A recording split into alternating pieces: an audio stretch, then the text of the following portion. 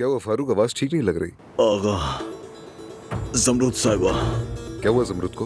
बहराम के आदमियों ने गाड़ी रोक ली थी, उन्हें ले गए वो। फारूक ये तुम क्या कह रहे हो? तुम कहाँ पर हो? कहाँ पर हो? मुझे जगह बताओ। फारूक क्या हुआ?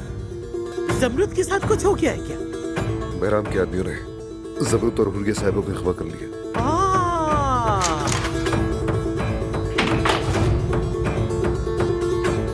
बहुत देर हो चुकी है अदनान, सब कुछ हो चुका। जिस दिन उसने मुझे निकाला था उसने अपनी मौत के फरमान पर दस्तखत कर दिए थे। अरे आराम से छोड़ो। अरे खुदा के वास्ते हमें छोड़ दो, मेरी बच्ची को छोड़ दो। क्या चाहते हो बता तो दो, क्या बिगाड़ा है तुम्हारा? क्यों पीछे पड़े हो तुम हमारे? छोड़ो, क्या कर रहे हो? छोड़ो छोड़ो मुझे। अरे आराम से, क्यों मार रहे हो